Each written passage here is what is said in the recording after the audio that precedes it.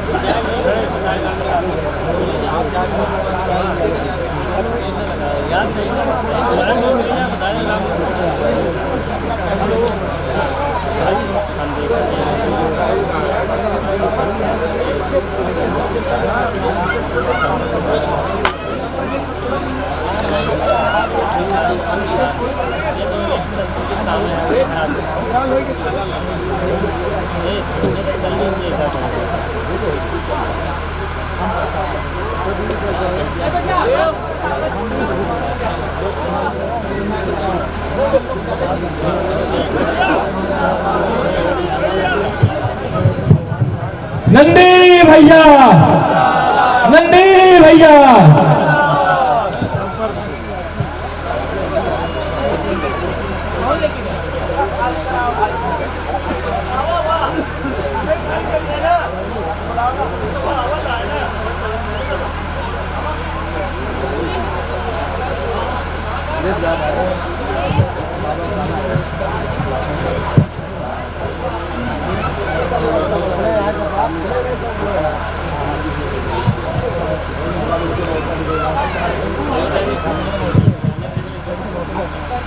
इस कथा के मुख्य यजमान आयोजक सम्मानित सारदा प्रसाद केसरवानी जी, दिनेश कुमार केसरवानी जी, श्री सतीश चंद केसरवानी जी, श्री प्रेम नारायण केसरवानी जी, श्री दिनेश केसरवानी जी, श्री राजेश केसरवानी जी, आर्यन केसरवानी जी, बिहारी लाल केसरवानी जी, आशीष केसरवानी जी इस कार्यक्रम का संचालन कर रहे हैं। राजू केसरवानी जी व्यापार मंडल के अध्यक्ष बिहार, नंद किशोर केसरवानी जी कौड़ियार, छोटे भाई प्रशांत केसरवानी जी कौड़ियार, पार्षद ना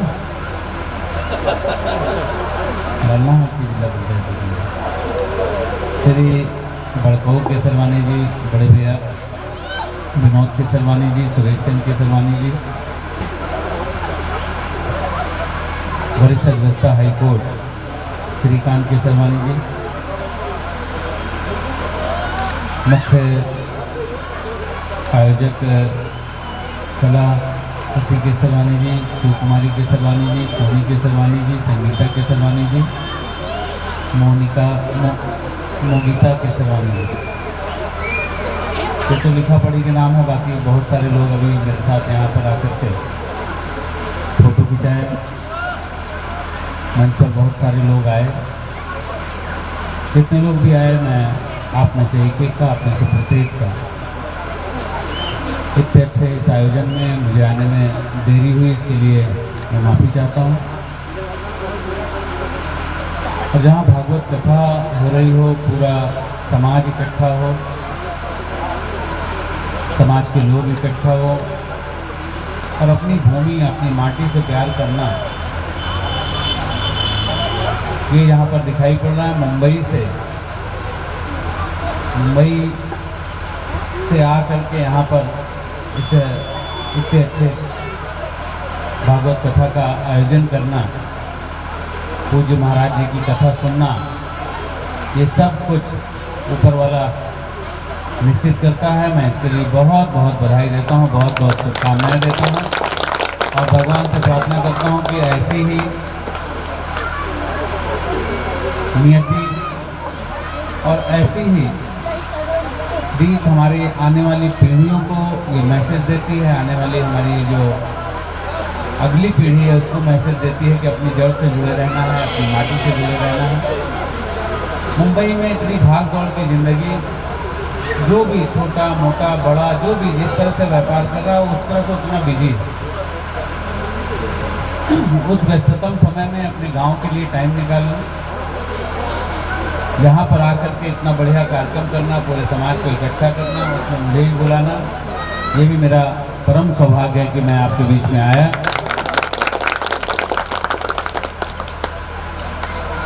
यहाँ भी मेरी एक बुआ की बेटी कहे मामा आप कहे हमें पहचान लिए, पहचाने? तो हम कहा हाँ पहचाने। तो हमें लग रहा था हमारी बड़की बुआ कसदेवरा में रहती है, मझली बुआ महेशगंज में रहती है और बड़की बुआ छोटी वाली बुआ वो भी कसदेवरा में रहती है। तो बचपन में आते थे तो ये सब मिलते ही थे। तो मेरे ध्यान में था कि बड़की बुआ की बिटिया है, लेकिन ये मझली बुआ की बिटिया है। गए मामा मिलते हैं, पहचानते हैं। यही पहचान ना भूले ना मिटे ये ऐसे कार्यक्रम के आयोजन से ही संभव है। इसलिए मैं इस कार्यक्रम के आयोजकों को बहुत बहुत बधाई, बहुत बहुत साधुवाद देता हूँ कि जब इस तरह से हम मिलते हैं तो वहाँ पर ऐसी पहचान होती है, ऐसी बातें होती हैं। मैं आप सबको बहुत बधाई देता हूँ, शुभकामनाएं देता हूँ।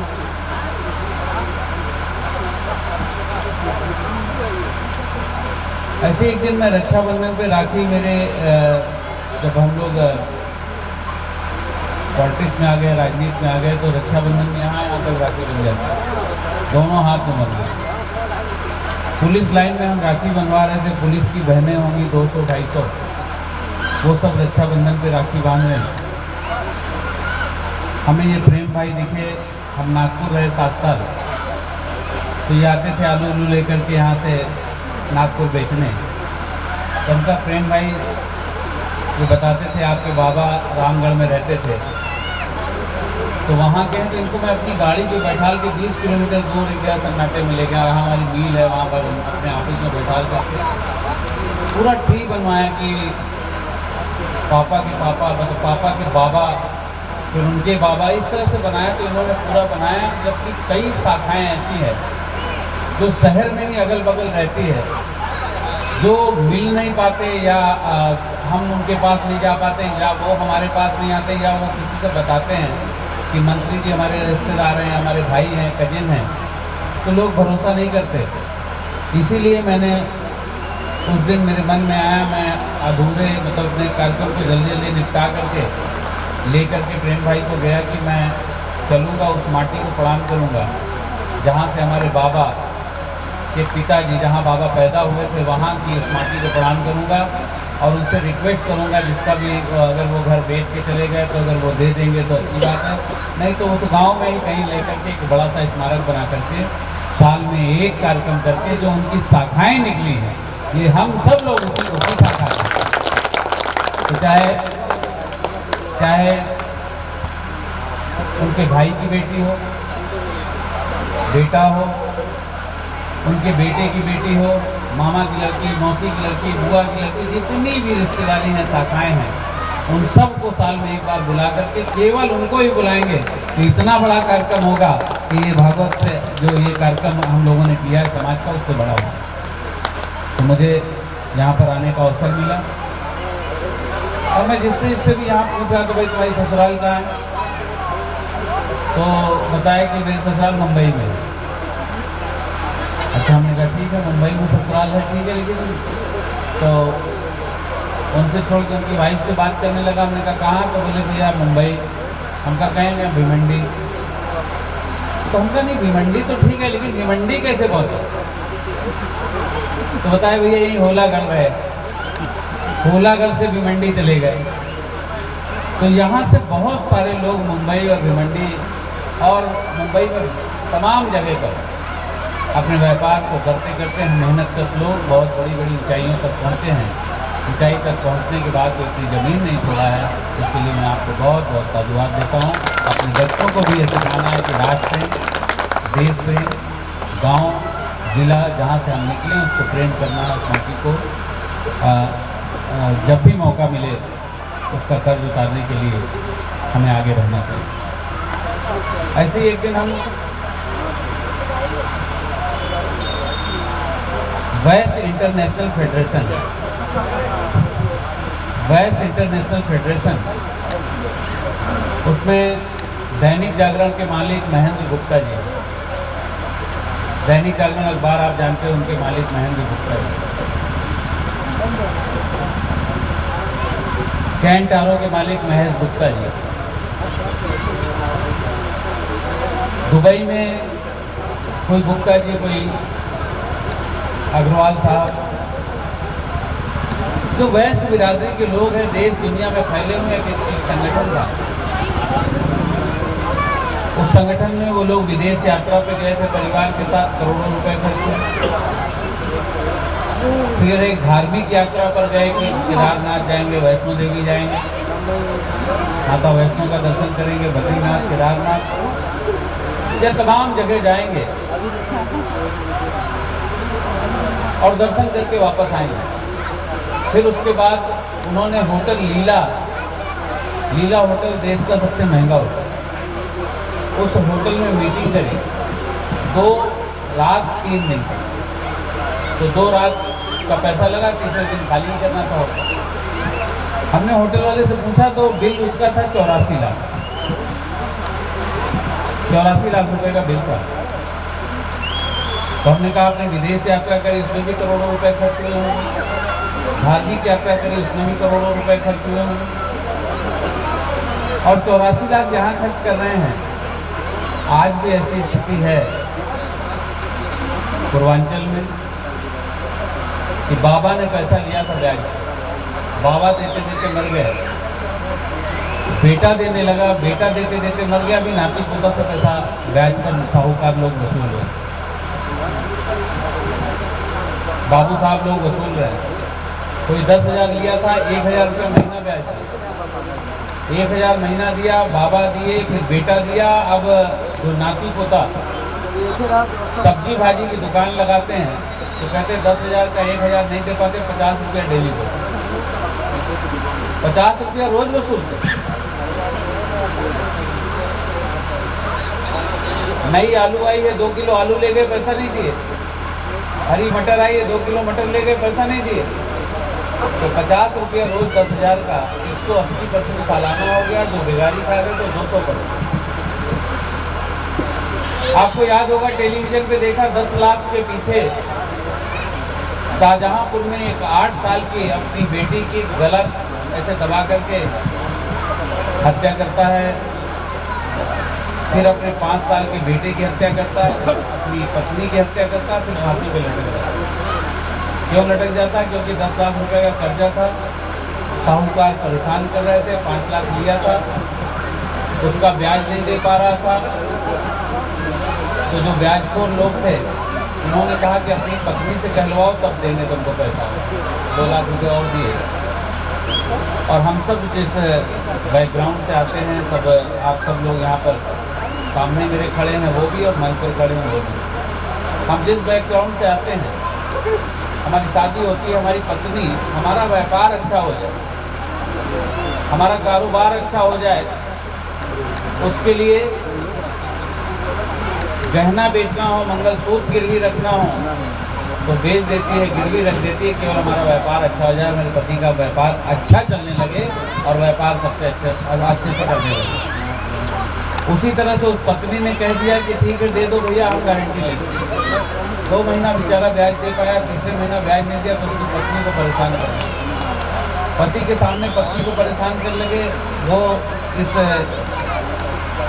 बेइज्जती को सहन नहीं कर पाया और सुसाइड कर। उसी दिन हमने इन लोगों से बातचीत करी तो हल्दीराम से लेकर कैंट आरू से लेकर ये सभी लोग हमारे साथ 7 लोग इकट्ठा हुए और हमने उसी दिन निर्णय लिया कि भगवान न करे कभी किसी तरह की कोई आफत विपद समाज के बेटी पर आ जाए।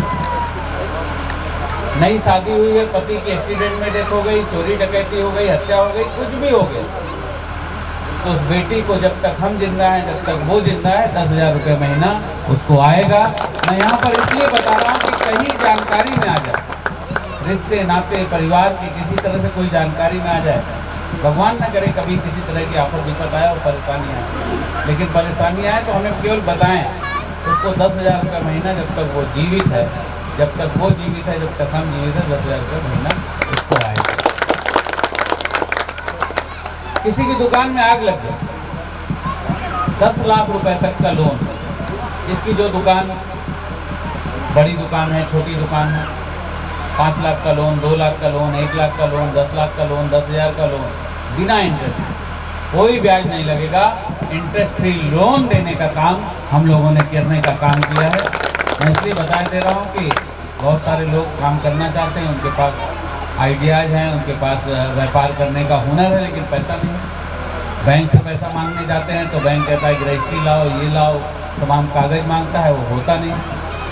तो 10 लाख रुपए तक इंटरेस्ट फ्री लोन देते हैं। और 10 लाख रुपए अभी हमने सहारनपुर एक जगह है, आप जानते होंगे सहारनपुर में एक जगह है, जैसे इलाहाबाद का प्रतापगढ़ है, ये मंडल इलाहाबाद है, और प्रयागराज और उसका प्रतापगढ़ जिला है। तो इसी तरह सहारनपुर का एक जिला है शामली, वहाँ पर एक दुकानदार की दुकान पर आग लग गई। वो बेचारा फोटो फ्रेम बनाता था, भगवान मोमेंटो बनाता था। उसकी पत्नी सिलाई करती थी, साड़ी ब्लाउज पेटीकोट और साड़ी पीको फाल करती थी।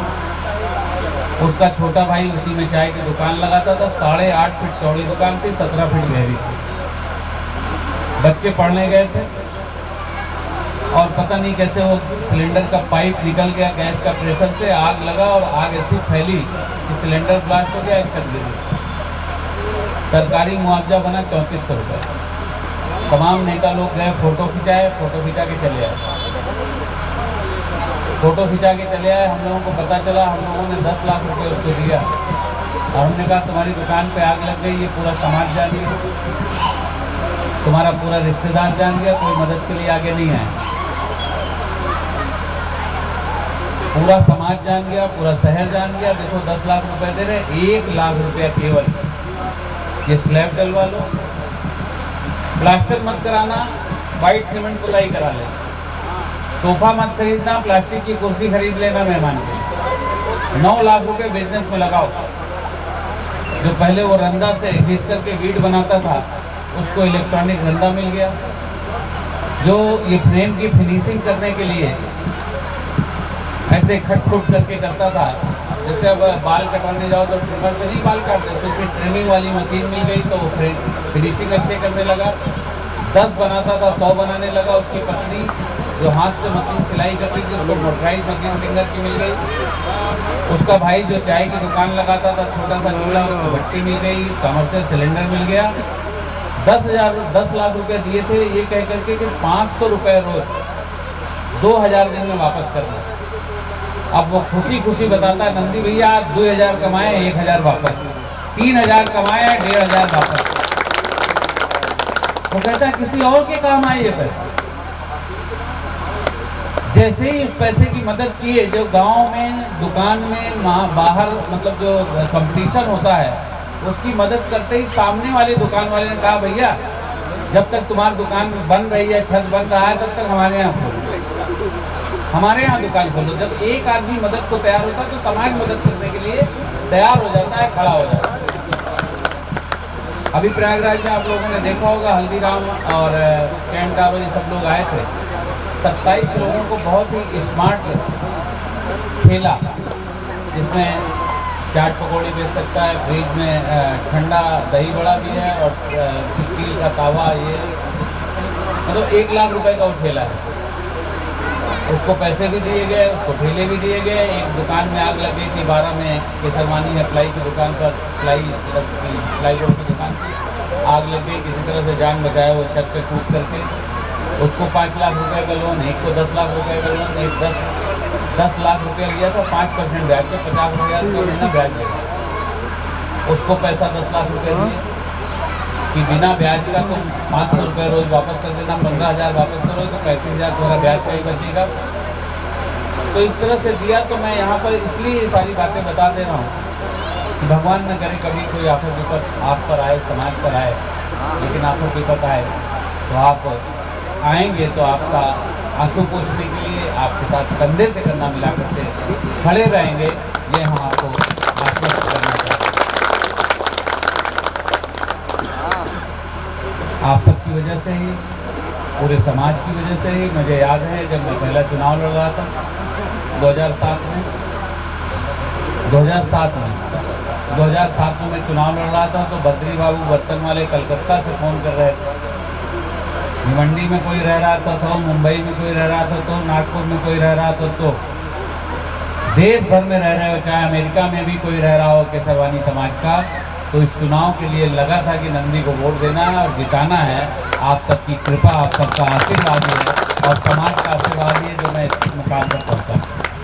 आज मेरी फ़ोटो आप देखते हुए, हम लोग बचपन से टाटा बिरला अंबानी सुने थे, तो ऐसे एक तरफ टाटा बैठा, एक तरफ बिरला बैठा, एक तरफ अंबानी, बीच में हम बैठे। आदरणीय प्रधानमंत्री जी के साथ हर 3-4 महीने में, साल भर में 3-4 महीने में एक बार फ़ोटो मेरी देखते होंगे। गृह मंत्री जी के साथ फोटो देखते होंगे, मुख्यमंत्री जी के साथ हर दूसरे तीसरे दिन फोटो देखते होंगे। तमाम क्रिकेटर, हीरो हीरोइन, तमाम लोगों के साथ फोटो देखते होंगे। मेरे मन में था जिस दिन प्रेम भाई से बात हुई कि मुझे उस माटी पर पहुंचना है जहां हमारे बाबा जन्म लिए थे, और वहां पर एक स्मारक बनाना है, साल में एक प्रोग्राम इसी तरह से करना है, परिवार के लोगों को बुलाना है। और आप सब भी कितना भी बिजी हो मुंबई, कोई कहीं रह रहा हो, कोई कहीं रह रहा हो, अपनी माटी के लिए, प्रोग्राम के लिए टाइम जरूर निकालिएगा, ये आप सबसे निवेदन करता हूँ। और पुनः आप सबका बहुत बहुत आभार प्रकट करता हूँ, स्वागत अभिनंदन करता हूँ। आपने मुझे यहाँ पर बुलाया, दो शब्द बोलने का मंच पर मौका दिया, इसके लिए आपका बहुत बहुत धन्यवाद करता हूँ, बहुत बहुत आभार प्रकट करता हूँ। और आप सबको इस बात का भरोसा विश्वास कि किसी भी तरह की आफत विपत्ति, किसी भी तरह के संकट पर, किसी भी तरह की मदद के लिए हम कहीं पीछे नहीं हटेंगे, इस बात का भरोसा और विश्वास है। अब अगर हम आपको अपना नंबर दे दें, मेरा नंबर 9839609501। हम यहाँ मान के 20-25 लोग, सामने 100-150 लोग, पुलिस के सीनियर ऑफिसर से लेकर के सिपाही तक सब मिला ले तो 300 लोग मान लीजिए यहाँ पर। अब 300 लोग हमको फ़ोन मिलाने लगे। मेरा नंबर है 9839609501। 300 आदमी अगर फ़ोन मिलाने लगेगा तो एक का मिल गया, एक से बात हो रही है, तो 299 को इंगेज रहेगा। हमने वो कॉल वेटिंग वाला नहीं लगा रखा है, तो इंगेज रहेगा। अच्छा, एक का हालचाल पूछे और हालचाल बताए तो 5 मिनट तो लगेगा, उसका हालचाल पूछे और अपना बताए तो 5 मिनट लगेगा। बहुत जल्दी जल्दी किए तो, और तसल्ली से आराम से बात किए, जैसे अभी भाभी आके बैठी थी बात करें, इनसे बात करेंगे तो 10-12 मिनट लग जाएगा।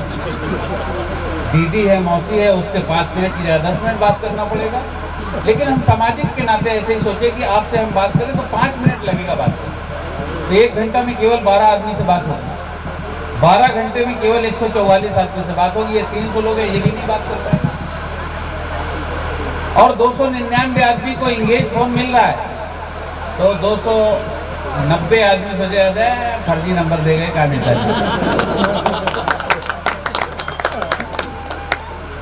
अच्छा, एक का कटा, फिर दूसरे का लग गया 299 में, एक फिर आ गया लाइन पे, उससे बात कर रहे हैं तो 288 फिर भी वेटिंग, फिर उससे बात करें, उससे बात करें, फिर बात करते करते बात खत्म हो जाएगी। इसीलिए हमने इसमें क्या व्यवस्था करें, तो एवरी मंडे, संडे की रात को कुछ भी हो जाए, हम पहुंच जाते हैं लखनऊ। सोमवार को बैठते हैं कि कोई फोन मिले चाहे न मिले, आप आ जाओ, आपकी समस्या को सुनकर आपका समाधान हम कर सके, इसके लिए हमने ये व्यवस्था बनाई। लास्ट बुधवार से लेकर के इतवार, जो महीने का लास्ट बुधवार होता है, आखिरी बुधवार प्रधानमंत्री जी के मन की बात होती है, इसलिए लास्ट बुधवार से लेकर इतवार तक प्रयागराज रहते हैं। और प्रयागराज में रहते हैं तो अपने घर में कम रहते हैं। सुबह जल्दी से नहाए धोए निकले, कभी इस मोहल्ले में, कभी इस मोहल्ले में, कभी इस मोहल्ले में, कभी इस मोहल्ले में, 1-1 घंटा बैठते हैं। और आप अभी मेरा फेसबुक उठा के देखेंगे तो हम यहाँ पर है बता देगा, वो फेसबुक पे ही बता देगा कि हम यहाँ पर है। तो ये फेसबुक से ही आपको दिख जाएगा कि हम कहाँ हैं। फ़ोन मिलाने की ज़रूरत नहीं है, क्योंकि फ़ोन पर कितने लोगों से बात है, कितने, हमारे घर पे चोरी हो गई, अब घर पे चोरी हो गई, ये भी नहीं बता रहा कि कहाँ है, गांव कौन सा है, मोहल्ला कौन सा है, थाना कौन सा है। उसका मोहल्ला, गांव, थाना पूछेंगे, फिर थानेदार को फ़ोन लगाएंगे, एसपी को फ़ोन लगाएंगे, इसमें 15 मिनट लगेगा। 1 घंटे में केवल 4 आदमी से, 12 घंटे में केवल 48 आदमी से बात होती है। इसलिए मैं इस चीज़ को भी क्लियर कर देना चाहता हूँ कि जब भी भगवान न करे किसी तरह कोई आफत विपत आए, तो ढूंढ करके कि हम कहाँ हैं, वहीं पर पहुँच करके हमें बताएंगे। हम आपकी मदद में कहीं पीछे नहीं हटेंगे, इस बात का भरोसा और विश्वास है। पुनः आपका बहुत बहुत स्वागत और बहुत बहुत अभिनंदन करते हुए, समाज के प्रति आज भी लोग चिंतित हैं, समाज के लिए आज भी लोग काम करना चाहते हैं। हल्दीराम कितने बड़े आदमी, 1 लाख करोड़ की कंपनी, केंटारो कितने बड़े आदमी, डिश टीवी, जो डिश टीवी है, जो जी टीवी है, सुभाष चंद्रा उनके भाई हैं लक्ष्मी गोयल, कितने बड़े आदमी। एसएमसी ग्रुप जो फाइनेंस करते, कितने बड़े आदमी। डीएस ग्रुप समझ गए ना, धर्मपाल सतपाल, डीएस ग्रुप कितने बड़े आदमी। ये सारे लोगों ने समाज की मदद के लिए 1-1 करोड़ रुपए दिया। 7 लोगों से ये कारवां शुरू हुआ, 27 करोड़ हो गया। प्रयागराज में भी अपने कार्यक्रम किया, तो लखनऊ के 2 लोगों ने 1-1 करोड़ रुपए दिए, 34 करोड़ हो गए। अभी जो मार्च में होली पर मार्च में कार्यक्रम है हल्दीराम का, जहाँ पर गांव था, जैसे भी हम अपने गांव आ गए, ऐसे उनका गांव है, वहाँ पर वो उन्होंने प्रोग्राम रखा है। मेरा ऐसा टारगेट है, मुझे ऐसा आभास है कि इसी मार्च में 100 करोड़ रुपए हो जाए, जिससे समाज की मदद हो और समाज के लोगों की सेवा हो सके।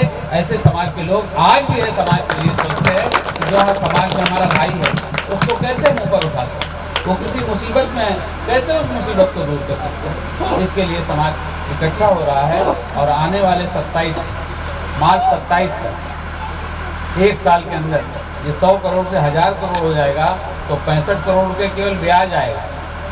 तो 65 करोड़ ब्याज का मतलब समझे 5.5 करोड़ हर महीना खर्चा करेंगे तब वो नहीं खत्म होगा। तो इससे समाज की मदद होती रहेगी। हमने ऐसे एक दिन सोचा कि 10,000 रुपया एक बहन को हम दे रहे हैं जो विधवा हो, 10,000 रुपया महीना दे रहे हैं, तो 1 साल में 1,20,000 रुपये। हम मऊरानीपुर झांसी में दे रहे हैं, हम कानपुर में दे रहे हैं, इसी प्रतापगढ़ में चाट वाले को गोली मार दिए थे, उसको भी दे रहे 10,000 रुपये महीना। मेरी वाइफ आके दे जाती है हर साल उसको चेक। ऐसे दे रहे हैं। हमने सोचा कि 10,000 रुपये महीना हम दे रहे हैं, साल में 1,20,000 रुपये, 50 साल भी जिंदा रहे तो एक लेडी का 60 लाख रुपए का कर्जा है, एक बहन का 60 लाख, और 50 लोगों को दे रहे हैं तो 30 करोड़ रुपए हो गए। कैसे ये मेरे बाद भी चलता रहे, इसके लिए हमने ये संस्था बनाई है। और इस संस्था में बड़े बड़े लोगों ने, बड़े बड़े दानवीरों ने आगे बढ़ करके आने का काम किया कि मेरे बाद भी ये संस्था चलती रहे। कितना 50 साल, भगवान की कृपा है, कोई बीमारी नहीं है। अभी भी हम चलते हैं तो पुलिस और सीआरपीएफ के जवान दौड़ के कवर करते हैं। आप देखेंगे हम दौड़ नहीं रहे, हम पैदल ही चल रहे हैं, इतना तेज चलते हैं, उनको दौड़ के कवर करना। तो कोई आफत विपत, इतना बड़ा बम ब्लास्ट हुआ मेरे ऊपर, आपको मालूम है, रिमोट बम से उड़ा दिया गया, एक इंडियन एक्सप्रेस का पत्रकार मारा गया, पुलिस का गनर, सिविल गनर, गाय कुत्ता, 5 लोग मरे और हम बच गए। तो शायद भगवान की कृपा थी, अपने पुरखों की जमीन चूमने का कुछ मौका रहा होगा, उनका आशीर्वाद रहा होगा, तभी बच गए। समाज के लिए कुछ करना होगा इसलिए बच गए। इसलिए मेरा पूरा जीवन समाज को समर्पित है, समाज के अपने भाइयों को समर्पित है। और इतना भाषण इसलिए दिए कि जो आने वाली नई पीढ़ी है, अपने बच्चों को भी ये बताएं कि हमें अपनी माटी से, अपनी जन्मभूमि से, अपने कर्तव्यों का, हमें अपने अधिकार के लिए तो हम लड़ते हैं, अपने कर्तव्य के पालन के लिए भी हमें सचेत रहना चाहिए, हमें जागरूक रहना चाहिए। ये सब चीज़ आभास हो, ये मैं अपने सभी हम उम्र भाइयों से भी और आने वाली पीढ़ियों से, जो हमारे बेटे हैं, भाई हैं, भतीजे हैं, उनसे भी कहना चाहता हूं कि अपने बच्चों को ये शिक्षा दें। आप सोचिए कि मुंबई में रह रहे हैं, मुंबई में व्यापार है, कारोबार है, यहाँ गांव में आकर के भागवत कर रहे हैं। तो गांव में आकर के भागवत कर रहे हैं, समाज के लोग इकट्ठा होंगे, सब इकट्ठे होंगे, तो इससे बहुत बड़ी सीख मिलती है, बहुत बड़ी सोचने का मौका मिलता है। और मैं जो आकर के गाँव जाना चाहता हूँ, मिट्टी को चूमना चाहता हूँ, इससे समाज के और लोगों को ऐसा मौका मिले, ऐसा मन में आए कि नहीं, हम जहाँ से आए हैं वहाँ पर जाकर के अगर हम करेंगे तो और बच्चों को प्रेरणा मिलेगी कि हम भी ऐसा करें अपने समाज के लिए, अपने परिवार के लिए। धन्यवाद, जय हिंद।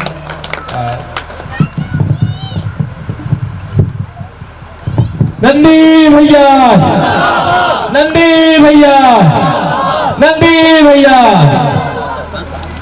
वापस आए फिर कोई दिन आएंगे सर, अभी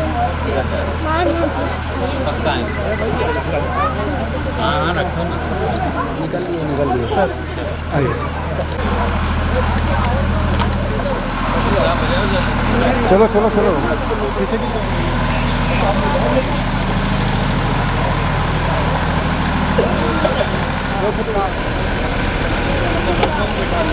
चल मामा